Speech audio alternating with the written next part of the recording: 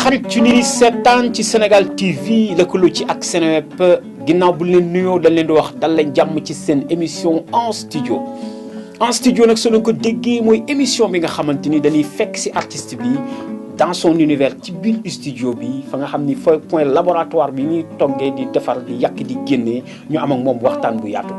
tey nag ndaanaan bi nga xam ni moom la ñu dalal ci suñu émission en studio mu di artiste boo xam ni kenn dootu ko présenté ñëwoon nañ fii en 2008 2009 ñëwaat fii mu doon préparé album bi tuddoon bëgg a dem ñu ñëwaat ci beneen jamono boo xam ni nitu nit génnaat na fii mu nekkaat beneen nouveauté ko ba leen ko déggee war ngeen mën a xam ni nag ki ni wax moo di Yoro Ndiaye. salaamaaleykum yéen laay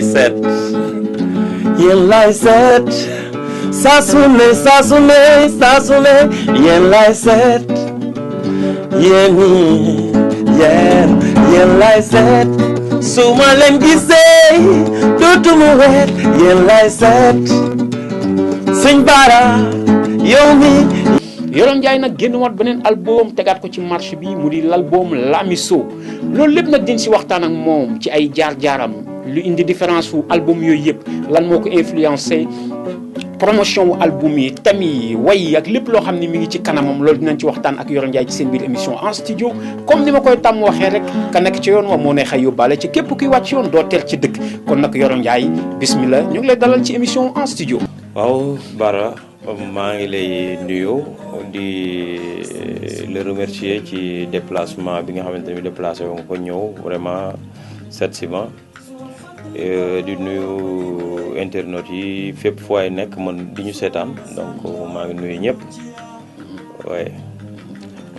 donc balaa ñuy gën a sori li ma lay bëgg a laaj comme suñu émission en lan mooy avantage yu artiste bi am proximité ak studio bi dëkkandoog moom wala jege ko lool lan mooy importance bi. importance bi moom foo ko note rek passé na ko je crois que même bu dul studio sax boo amee benn dictaphone parce que inspiration yombul quoi à chaque fois bu ñëwee rek il faut nga am foo ko mën a jël. effectivement donc yàlla def na bu fekkee am nga studio nag day doon li gën. xam nga ça te permet gën a jël temps gën a xarañ ci li ngay def gën ci jël temps quoi gën a vraiment jël sa temps def lu nga bëgg a def li quoi. parce que base bi yëpp mën nga ko defee sa kër. bu fekkee am nga yaa un minimum boo xam ne boo ko xasee ba am ci sa studio rek déjà mën nga commencer lépp foofu noonu après mën nga continuer si yeneen studio boo buggee mix. mais l'essentiel mooy am carte son bu am résolution bu baax am ay préampli yu baax am micro yu baax je crois que loolu mooy base bi bon boo ko amee après bon mën nga ci jël say prise à chaque fois que nga am benn idée nga enregistré ko boo amee aussi ku la bettee ko ay rencontre yoo def bëgg ngeen partager quelque chose aussi tu peux le faire. ñu ne lu tudd en studio.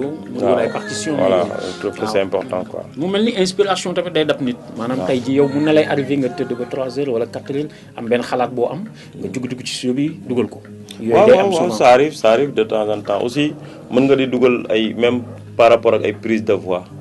xam nga am na ay voix am na yenn douceur yoo xamante ne bii boo ko soxlaa parfois boo yeewoo nii rek soo woyee rek automatiquement da nga am dafa am benn grain buy ne ci sa voix et loolu mën nga ko retrouver te tandis que bu fekkee da nga dëkk si studio la ci lay gën a yombee parfois yenn boo xawee jàpp tayal yooyu tuuti am na beneen aussi aspect bu muy def ci sa voix xam nga yooyu yëpp c'est des li la koy yombalal mooy nga amee foo mun a enregistrer quoi am studio je trouve que c'est important quoi war na ku nekk.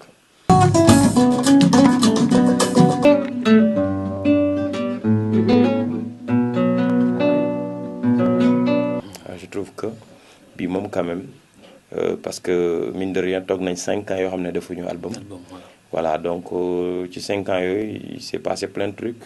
rencontres yu bëri voyagé fi pas mal de fois voilà donc moo tax mu ne am na tuuti maturité quoi màgg nañ ci def nañ ci scène yu bëri.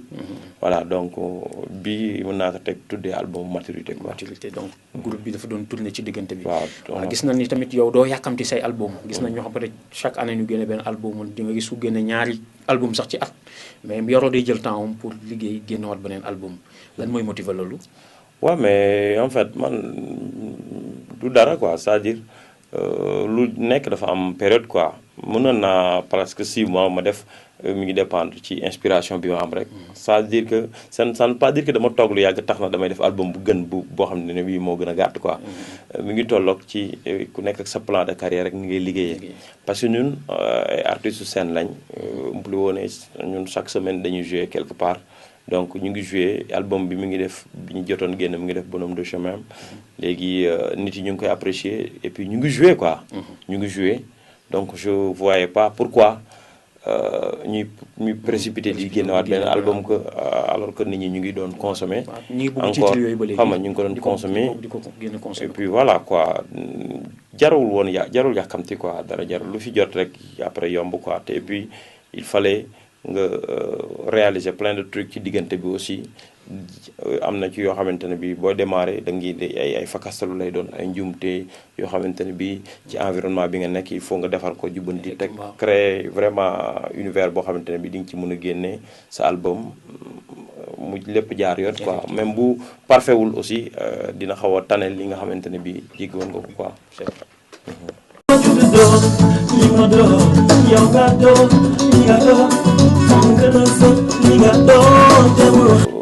li nga xamante ni mën naa ci wax mooy ci ñaari point lay doon point bu njëkk bi mooy par exemple nekkinu askan wi c'est-à-dire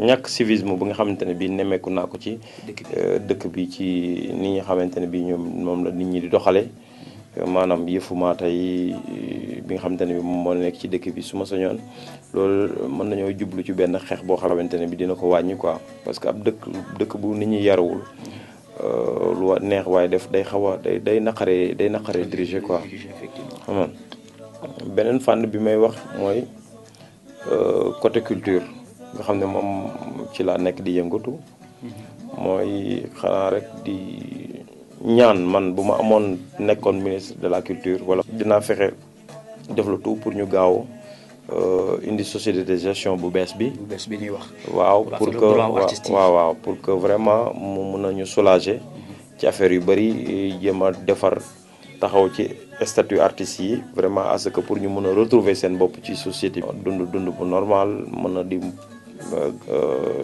comment dirais-je di jot ci seen ñàq nu mu waree quoi waaw ñaari côté yooyu daal laa xam ne moom nekk na combat boo xamante ne bi su ma nekkoon njiit wala ma am doole dinaa ci taxaw bu baax a baax a baax. D'accord. Je pense que yoroo xalaat bi rafet na trop donc balaa ñuy tëj comme posé naa la ay questions. boo ko jotali askan wi nga def benn chute foofu ci loolu dal tàggatoo wale ko. waaw balaa boobu damay juste le remercier yow remercier ñi nga xamante ne bi ñoom ñëpp ñoo participer ci album bi.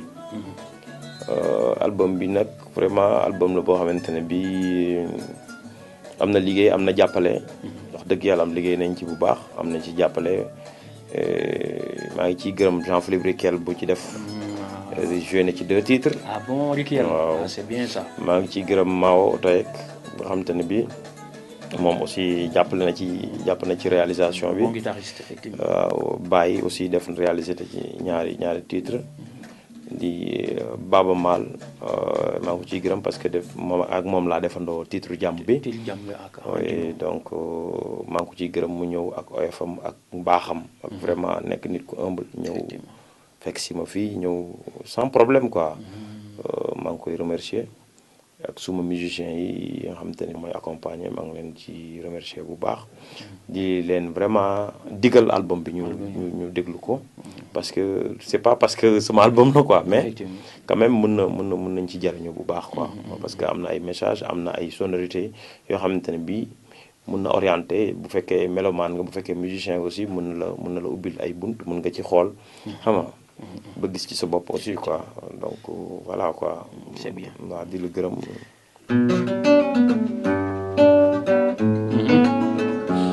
Gentu naa nga bëgg ma ngir yàlla xooluloo sama dërëm. Gentu naa nga sil ma ngir yàlla ba sama yaay di la gërëm. ma yow lay seet ngir nga doon sama yaay doom ma yow lay seet ngir nga doon jabar ji mën a woon wuyu ma Bella wuyu ma Bella yow wuyu ma man yow laa yéene si dug yow samay guddi ay samay bëccëg yi gën a neex man yow laa yéene si dug yow samay guddi samay bëccëg yi gën a neex